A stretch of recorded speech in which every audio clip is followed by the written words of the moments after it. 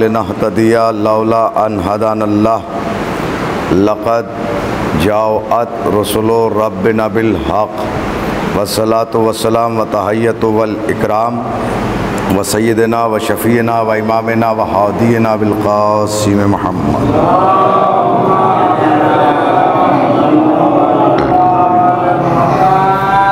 آلہ الطیبین الطاہرین المعصومین المظلومین ولعنۃ اللہ علی اعدائہم اجمعین ومن یومنا ھذا الی قیام یوم الدین اما بعد فقط قال اللہ تعالی وتبارک فی کتابہ المجید وفرقان الحمید بسم اللہ الرحمن الرحیم هو الذی بعث فی الامیین رسولا منہم یتلو علیہم آیاتہ ویزکیہم ویعلمہم الکتاب والحکمہ صلوات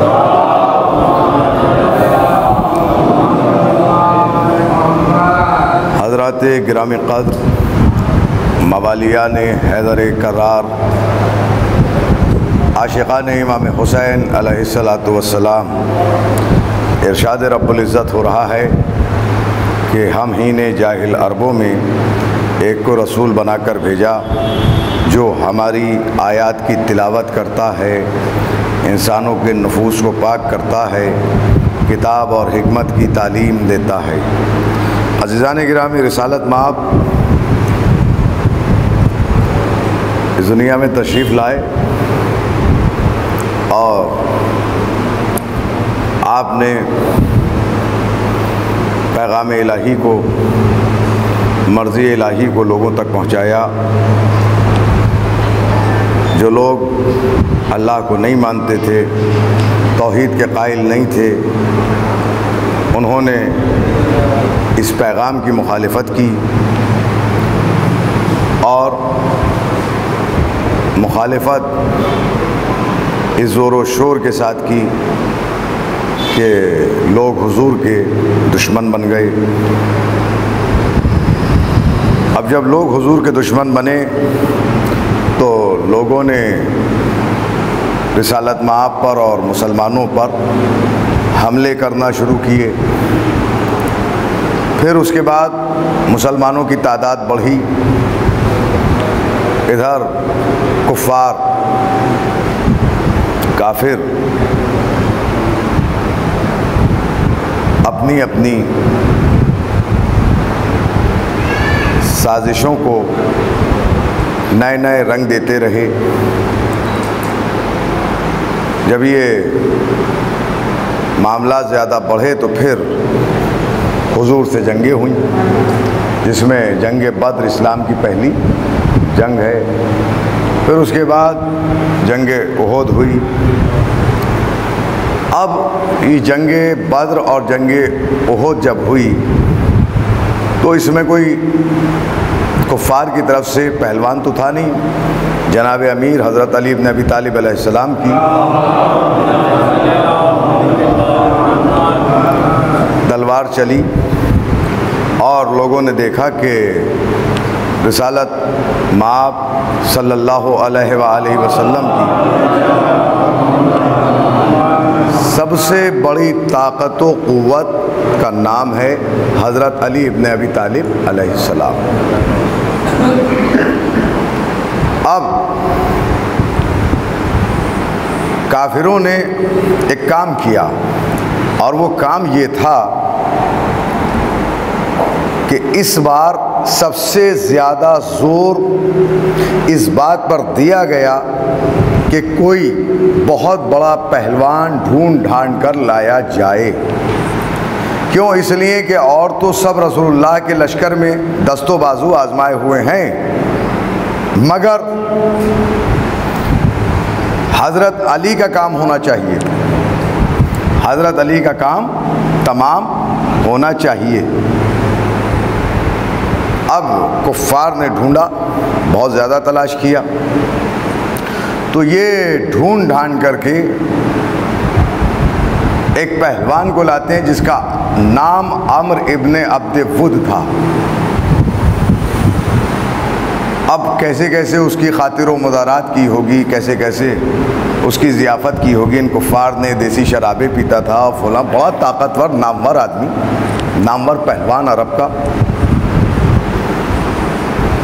اور اس کی طاقت کا عالم یہ تھا کہ 1000 آدمی ایک طرف ہوں اور اکیلا یہ ایک طرف ہو تو یہ 1000 آدمیوں کے برابر۔ سوچئے ذرا آپ، یہ سن لینا تو بڑا آسان ہے۔ آدمی اس زمانے میں ایک آدمی سے جلدی مقابلہ نہیں کر پاتا ہے، بھلے ہی کتنا کمزور کیوں نہ ہو۔ جلدی سے بھائی، دو پہلوان اکھاڑے میں اترتے ہیں، آپ نے دیکھا ہوگا، سامنے والا پہلوان کتنا ہی مضبوط صحیح اور دوسرا پہلوان کتنا ہی کمزور صحیح، مگر پھر بھی مضبوط پہلوان کو بڑی طاقت لگ جاتی ہے اس کو چت کرنے میں، زیر کرنے میں۔ اب دیکھیے آپ کہ یہ 1000 آدمیوں کے برابر اکیلا، تاریخ کے جملے ہیں یہ، کہ صاحب مولا علی علیہ السلام کفار کا یہ نظریہ تھا کہ حضرت علی لاکھ بہادر صحیح، لاکھ مضبوط صحیح، مگر عمر ابن عبد ود کے سامنے کہاں ٹکیں گے۔ تو اس پہلوان کو لایا گیا اور یہ جتنے کافر تھے، چونکہ کفار کی سربراہی جو کر رہا تھا وہ ابو سفیان کر رہا تھا، جتنی بھی جنگیں ہوئی ہیں وہ اسی ابو سفیان سے ہوئی ہیں، خاندان امیہ سے. یہ ذہن میں رکھیے گا، یہ پرانا خاندان دشمن رسالت ہے، یہ خاندان امیہ، جس کی نسل میں آخر میں یزید ملعون آتا ہے. خیر، تو ابو سفیان نے تمام کافروں کو، کفار کو یکجا کیا اور اس نے کہا کہ دیکھو بھائی، مسئلہ یہ ہے کہ ہمارے تمہارے اختلافات اپنی جگہ، ٹھیک ہے، ہماری تمہاری اپنی لڑائیاں اپنی جگہ، مگر یہ یاد رکھو کہ اگر اسلام باقی رہ گیا تو ہم میں سے کوئی زندہ نہیں رہے گا. لہٰذا اپنے گھریلو اختلافات کو بھلا کر اس وقت سب اسلام کے مد مقابل ایک ہو جاؤ. اسی لیے اس جنگ کو جنگ احزاب بھی کہتے ہیں، یعنی حزب کہتے ہیں گروہ کو، اور احزاب اس کی جمع یعنی بہت سے گروہ. تو کافروں کے بہت سے گروہ ایک ہو گئے تھے اس جنگ میں ابو سفیان کے کہنے پر. اب جب رسالت مآب کو معلوم ہوا کہ لشکر کفار چلا آ رہا ہے، ابو سفیان سربراہی کر رہا ہے، یزید کا دادا، رسول اللہ نے مدینے کے چاروں طرف خندق کھدوا دی. اسی وجہ سے اس جنگ کو جنگ خندق بھی کہتے ہیں، تاکہ جب لشکر کفار آئے تو انہیں ایک دم سے حملہ نہ کر سکیں اور اس صورتحال کا معلوم ہو جائے. ادھر اچھا یہ جو خندق ہے یہ کھد رہی ہے رسالت مآب کی نگرانی میں. اس طرف لشکر اسلام ہے، اس طرف لشکر ابو سفیان ہے، لشکر کفار ہے. یہ عمرو ابن عبد ود یہ دیکھا کرتا تھا خندق کو ٹہل کر کے. ایک جگہ خندق ذرا کم تھی، دیکھیے اس کی طاقت کا، دیکھیے اندازہ لگائیے. ایک جگہ خندق ذرا کم تھی، اس نے جست لگائی اور ادھر سے ادھر آ گیا. سوچئے آپ، جست لگائی اور ادھر سے ادھر آ گیا. سوال یہ پیدا ہوتا ہے کہ یہ خندق کم کیوں کھدی ہوئی تھی؟ معلوم یہ ہوا کہ خندق کی کھدائی میں انجینئرنگ کا نقص ہے، کچھ نہ کچھ معاملات ضرور ہیں. اب یہ آیا اور آنے کے بعد اس نے رسالت مآب کے خیمے پر نیزہ مارا. خدا کی قسم بڑے افسوس کی بات ہے، اس کا افسوس ساری عمر رہے گا، اور ہر مسلمان کو ہونا چاہیے، ہر نبی کے چاہنے والے کو ہونا چاہیے کہ اس کی اتنی ہمت کہ وہ ادھر سے ادھر آیا اور رسالت مآب کے خیمے پر اس نے نیزہ مارا. میاں بڑے بڑے بہادر تھے لشکر اسلام میں، کوئی ایک مسلمان اس کا مقابلہ تو کرتا، کوئی ایک مسلمان اس سے لڑتا تو صحیح، اسے روکنے کی کوشش تو کرتا. ایک نہ آیا، ایک مسلمان نے مزاحمت نہ کی اور اس نے گستاخی کی، کوئی ایک مسلمان شہید نہ ہوا. یہ تاریخ ہے. اب جب اس نے نیزہ مارا تو نیزہ مارنے کے بعد کہتا ہے، آؤ مسلمانوں مجھ سے جنت لو، میرے ہاتھوں مر جاؤ تو تمہاری جنت، مجھے مار دو تو تمہاری جنت، تو آؤ میں تمہیں جنت بانٹ رہا ہوں. ادھر رسالت مآب کی آواز خیمے میں گونجی، من لہذا الکلب، کون ہے جو اس کتے کے مقابلے پر جائے؟ توجہ کیجئے گا، کون ہے جو اس کتے کے مقابلے پر جائے؟ میں کہوں گا یا رسول اللہ، آپ تو اخلاق کے درجات پر فائز ہیں، یا رسول اللہ آپ سے زیادہ تو بااخلاق اس پوری کائنات میں کوئی نہیں ہے.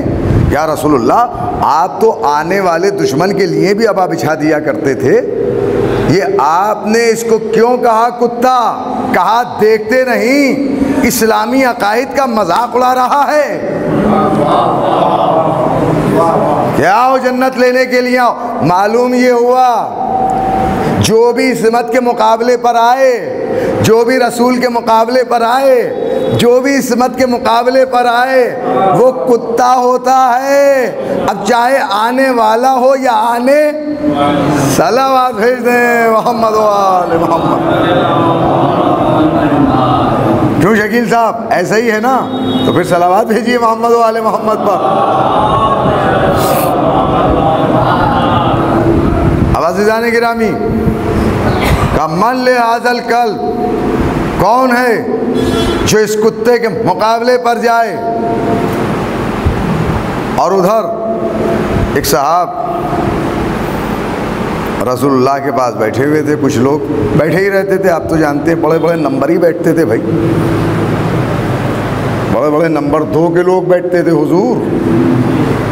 اب ایک صاحب بولے، ہم جانتے ہو یہ جو عمرو ابن عبد ود ہے یہ بڑا طاقتور ہے، مسلمانوں سے کہہ رہے ہیں بڑا طاقتور ہے۔ کہا وہ کیسے؟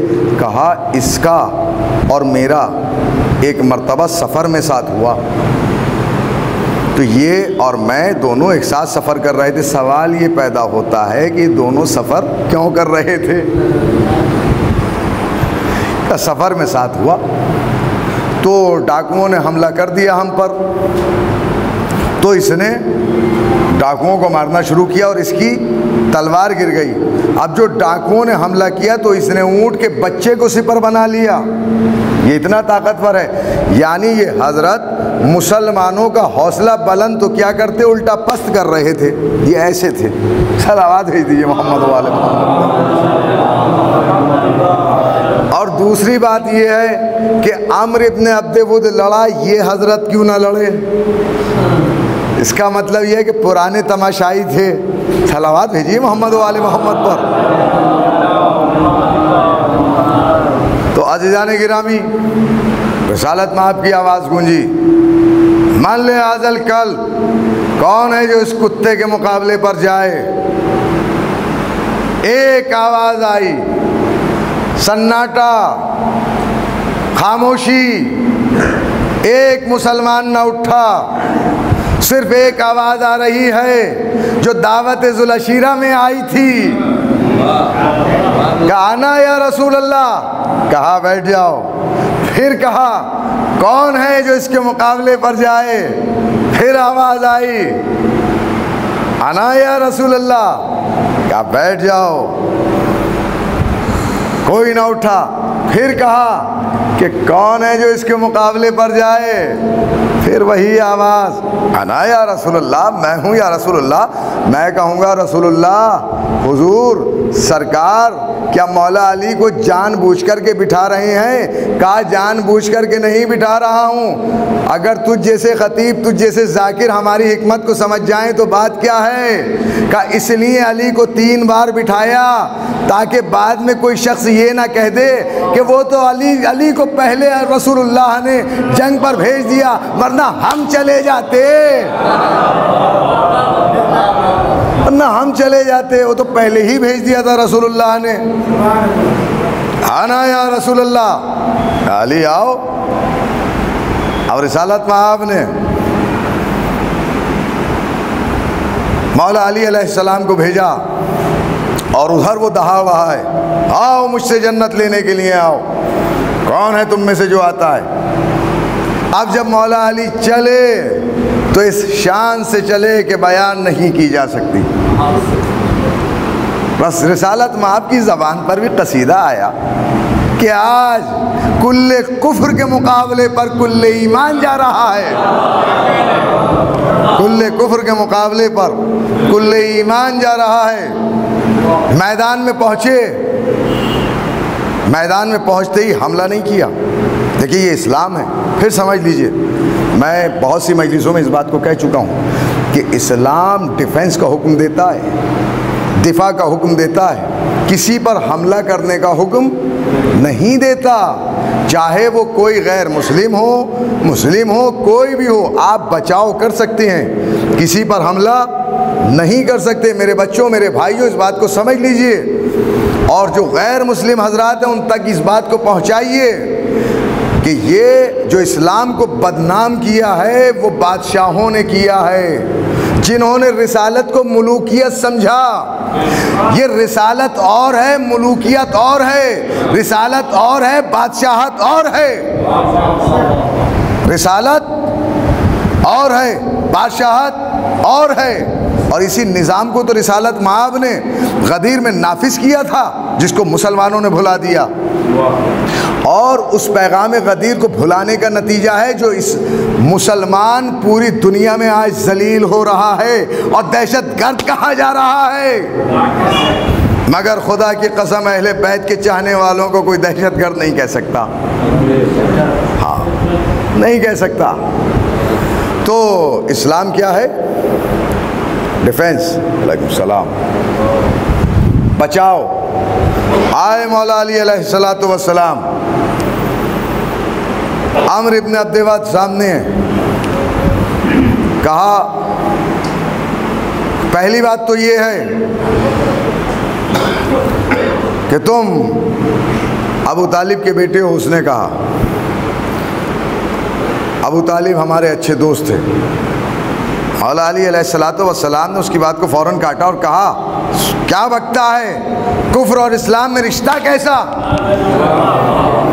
کفر اور اسلام میں رشتہ کیسا؟ کاہے کی دوستی؟ کس بات کی دوستی؟ پھر اس کے بعد کہا، مولا علی کہتے ہیں اچھا سن، ایسا کر کہ نہ تو ہم سے لو نہ ہم تجھ سے لوٹتے ہیں۔ کہا یہ نہیں ہو سکتا۔ دیکھیے حملہ نہیں کر رہے مولا علی ایک دم سے، کیوں میرا صاحب حملہ نہیں کر رہے مولا علی۔ کہا کہ نہ تو ہم سے لڑ نہ ہم تجھ سے لڑیں۔ یہی اسلام ہے کہ بھیا آپ جس مذہب کو مانتے ہیں آپ اپنے مذہب پر قائم رہیے، ہمیں اپنی عزاداری کر لینے دیجیے، آپ اپنی مخالفت کرتے رہیے۔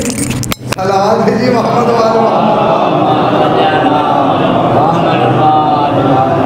اب جب آپ یہ کہیے گا کہ یہ بدعت ہے وہ بدعت ہے یہ شرک ہے تو پھر ہماری زبان بھی کھلے گی، سمجھ لیجیے۔ ورنہ اسلام تو یہ ہے کہ جو آپ کر رہے ہیں آپ کو آپ کا دین مبارک، ہمیں ہمارا دین مبارک، ہم پہ اعتراض نہ کیجیے۔ اب جب آپ جو ہے ادھر سے اگر اینٹ آئے گی تو پھر جواب پتھر سے ملے گا۔ عزیزان گرامی، اس نے کہا کہ یہ بھی نہیں ہو سکتا۔ کب پلٹ جاؤ؟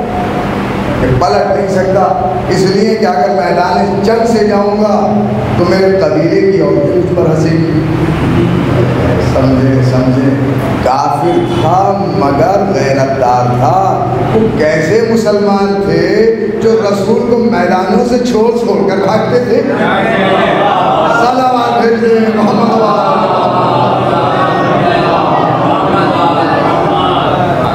یہ گر گیا۔ مولا علی علیہ السلام سینے پر سوار ہوئے، اس نے گستاخی کی، ہٹ گئے۔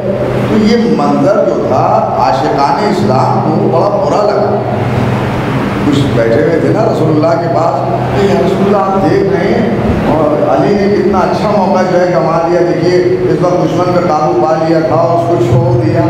اب رسول اللہ کے جواب دیں، کہا جب علی آئے تو انہی سے پوچھ لیں۔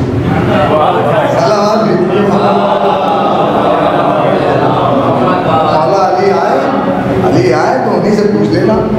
بس عزیزان گرامی سر قلم کیا، اور سر قلم کرنے کے بعد عمرو ابن عبد ود کے سر کو لے کر کے چلے، اس انداز سے چلے کہ جیسے بہار کے موسم میں شیر چلتا ہے، جھوم جھوم کے چل رہے ہیں، جھوم جھوم کے چل رہے ہیں۔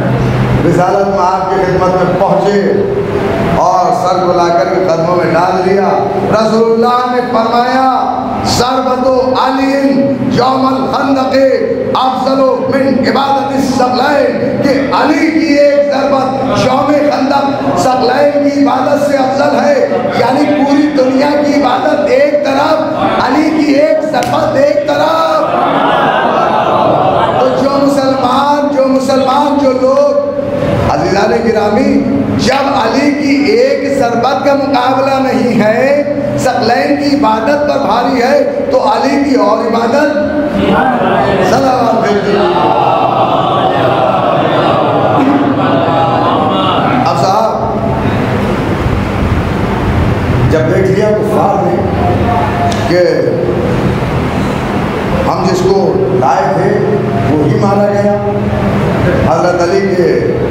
دست مبارک سے قتل ہو گیا تو اب ان کے جو ہے اوسان فتح ہو گئے، پریشان ہو گئے، اور وہ صاحب چھوڑ چھاڑ کر کے راہ فرار انہوں نے اختیار کیا۔ بہت سے مورخین لکھتے ہیں ارے نہیں وہ صاحب وہ ایسا ہوا تھا ابو سفیان کی لشکر کے ساتھ کہ وہ طوفان آ گیا تھا، آندھی آ گئی تھی، اور صاحب وہ بڑا بوڑھا تھا، 100 برس سے اوپر عمر تھی، اسے دکھائی بھی نہ دیتا تھا، یعنی کسی آنی بلی کھمبا نوچے۔ آپ دیکھیے وہ بوڑھا تھا، اسے دکھائی بھی کچھ نہیں دیتا تھا۔ میں کہوں گا کہ کفار بھی اندھے تھے جو اتنے بوڑھے آدمی کو لے آئے۔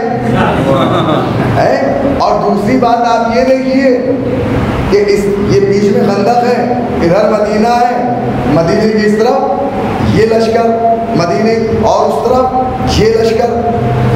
وہ کون سا طوفان تھا جو خندق کے اس پار آیا ادھر نہ آیا؟ وہاں لشکر کفار کے خیمے اکھڑ گئے اور یہاں نبی کے خیموں میں چراغ بھی نہ بجھے۔ صلوات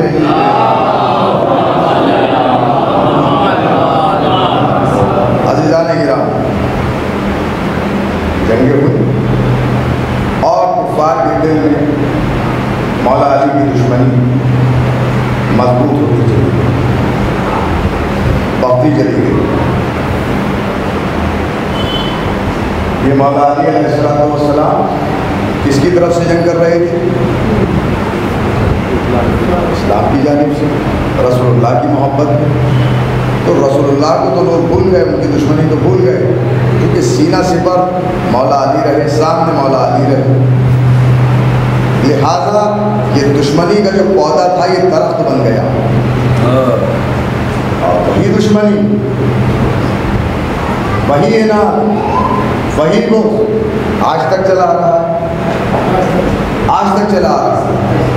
اہل بیت علیہ الصلوۃ والسلام اور ان کے چاہنے والے، بھائی آپ دیکھیے مجلس اعظم اس وقت آئے اہل بیت کو مانتے ہیں، تو بہت سے افراد آپ کو بھی کہتے ہوں گے کہ اہل بیت کو کیوں مانتے ہیں، کہتے ہیں کہ نہیں؟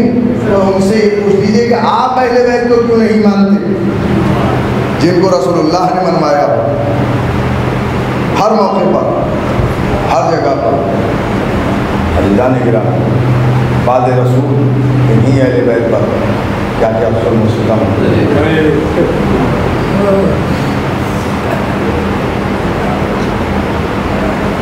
کیا کیا مسائل اٹھائے گئے اہل بیت پر، جناب فاطمہ زہرا پر کیا ظلم ہوا۔ ابھی چند دن گزرے ہیں اور رسول کی سب سے ہر دل عزیز بیٹی، اکلوتی بیٹی فدک چھین لیا، جلتا ہوا دروازہ گرایا آئے گا، اور وہ شہزادی روتی ہوئی چلی،